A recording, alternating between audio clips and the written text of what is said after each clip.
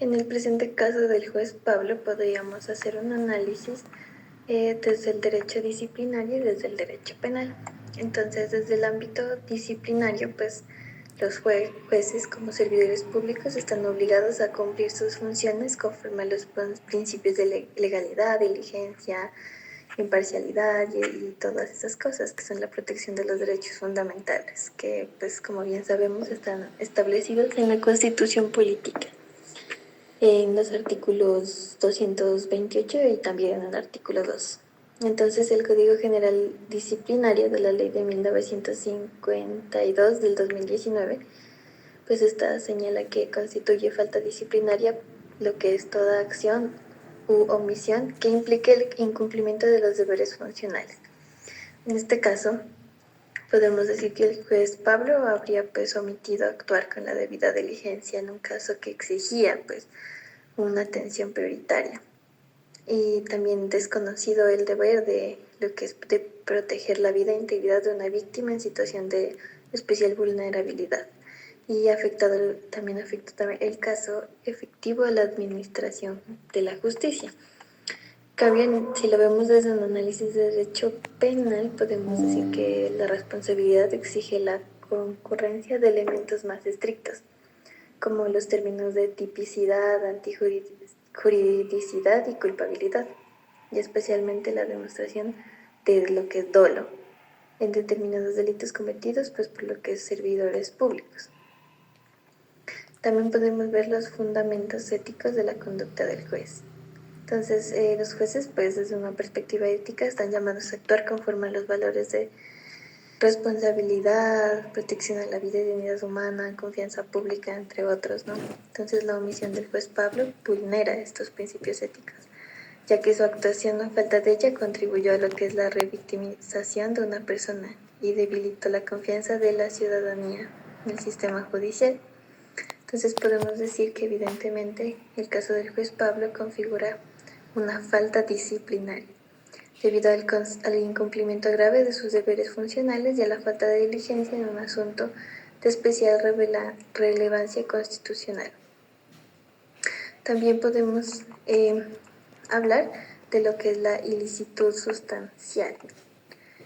Y para analizar este caso es importante acudir a esta ilicitud sustancial, ya que desarrollado en la doctrina que estudia la relación entre lo que es el derecho administrativo y el derecho penal, especialmente en el libro de reflexiones contemporáneas entre el derecho administrativo y penal.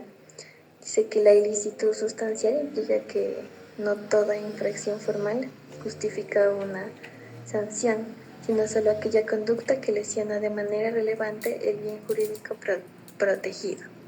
En el derecho administrativo disciplinario existe ilicitud sustancial cuando la situación del servidor público afecta gravemente el correcto funcionamiento de la administración y la protección de los derechos fundamentales.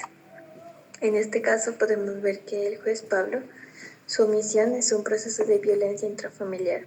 No fue una simple como irregularidad, sino esta fue una conducta que puso en riesgo real la vida interior de la víctima, lo que configura una ilicitud sustancial en el ámbito disciplinario. Y en el penal podemos decir que la ilicitud sustancial exige un umbral mayor de gravedad y la demostración de dolo, como veníamos hablando anteriormente, y ya que está conforme al principio de intervención, lo que configura una ilicitud sustancial en el ámbito disciplinario. Y en el penal podemos decir que la ilicitud sustancial exige un umbral mayor de gravedad y la demostración de dolo, como veníamos hablando anteriormente, y ya que está conforme al principio de intervención mínima, por ello la conducta solo será penalmente relevante si se prueba que el juez actuó de manera consciente y voluntaria, aceptando el riesgo pues para lo que es la víctima. Análisis del caso.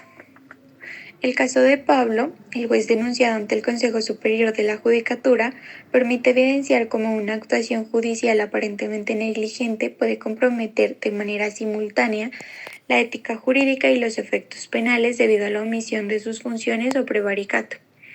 En primer lugar, el juez incumple su deber moral y profesional de actuar con diligencia y responsabilidad, más aún en un contexto de violencia doméstica donde existe un riesgo real y previsible para la víctima, y a su vez desde una perspectiva constitucional, ya que la omisión de medidas de protección vulnera el deber reforzado del Estado de garantizar la vida, la integridad personal y el acceso efectivo a la justicia, desconociendo principios fundamentales como la dignidad humana y la debida diligencia judicial. Por otro lado, en el ámbito disciplinario, podría constituir una falta grave por negligencia en el ejercicio de sus funciones al no cumplirlas como es debido como un servidor público, ya que puso en riesgo la confianza en la administración de justicia, lo que habilita la intervención del Consejo Superior de la Judicatura. No obstante, el análisis también abre la posibilidad de una responsabilidad penal, pues si se demuestra que el juez omitió de manera consciente y voluntaria su deber de actuar,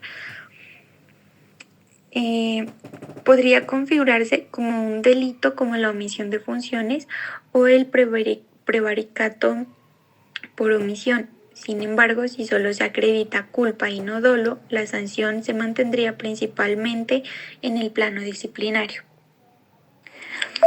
Para entrar en el análisis del caso de Pablo, es clave partir del concepto de ilicitud sustancial, que en el derecho disciplinario no se limita a verificar si una norma fue incumplida, sino que exige preguntarnos si la conducta afectó de manera real y grave el deber funcional del servidor público. Como lo explica Vargas, lo relevante no es solo la ilegalidad formal, sino el impacto que la conducta tiene sobre la función pública y los bienes jurídicos que ésta protege. Desde la perspectiva, el comportamiento de Pablo como juez debe analizarse a la luz de su deber reforzado de protección, especialmente tratándose de un caso de violencia intrafamiliar.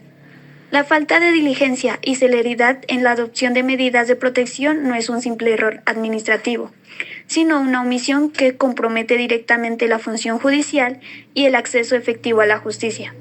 Si esa omisión permitió que el agresor quedara en libertad sin garantías para la víctima, la afectación al deber funcional es clara y sustancial, configurando una posible falta disciplinaria grave. Ahora bien, cuando miramos el caso desde el derecho penal, el análisis cambia. Aquí no basta con demostrar negligencia. Para que exista un delito como el prevaricato por omisión, se requiere probar que el juez actuó de manera dolosa, es decir, que conocía su deber y aún así decidió incumplirlo para favorecer al agresor o perjudicar a la víctima. Si solo se evidencia descuido y desorganización o falta de diligencia, la conducta difícilmente alcanzaría la relevancia penal. Esto evidencia una diferencia clave entre ambos regímenes. El derecho disciplinario sanciona la afectación injustificada del deber funcional, mientras que el derecho penal exige una conducta típica, antijurídica y culpable, con un componente subjetivo mucho más exigente. En el caso de Pablo, la ilicitud sustancial se manifiesta con claridad en el plano disciplinario, mientras que en la eventual responsabilidad penal dependerá estrictamente de que se pruebe una intención dolosa en su actuación.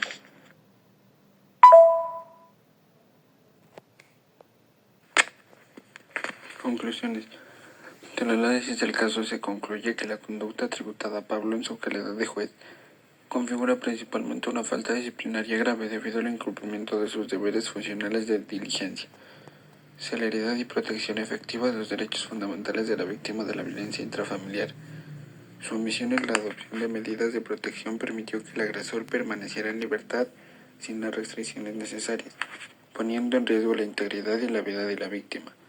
No obstante, las circunstancias del caso pueden advertir que la conducta podría trascender al ámbito disciplinario y adquirir relevancia penal, específicamente bajo las figuras de omisión de funciones o prevaricato por omisión, siempre que se logre demostrar que el juez actuó con dolo o con una negligencia grave y consciente frente a sus obligaciones legales.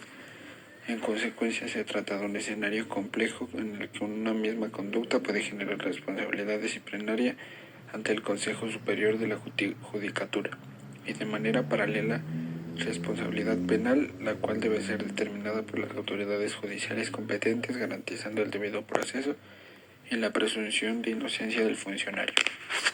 Las recomendaciones que doy yo son fortalecer los mecanismos de control disciplinario sobre las funciones judiciales, especialmente en casos relacionados con violencia de género y violencia intrafamiliar, dada su alta sensibilidad y riesgo. Otra recomendación sería capacitar de manera permanente a jueces y operadores judiciales en enfoque de género, derechos humanos y atención prioritaria a víctimas para asegurar decisiones oportunas y eficaces. La otra sería garantizar la articulación entre las autoridades disciplinarias y penales, de modo que los casos puedan constituir delito sean remitidos oportunamente a la Fiscalía General de la Nación. Reforzar la adopción inmediata de medidas de protección en casos de violencia doméstica, priorizando la vida y la seguridad de las víctimas por encima de formalismos procesales. Y el último sería promover una cultura de responsabilidad y ética judicial, recordando que la función del juez no solo implica aplicar la ley, sino proteger activamente los derechos fundamentales de las personas más vulnerables. Gracias.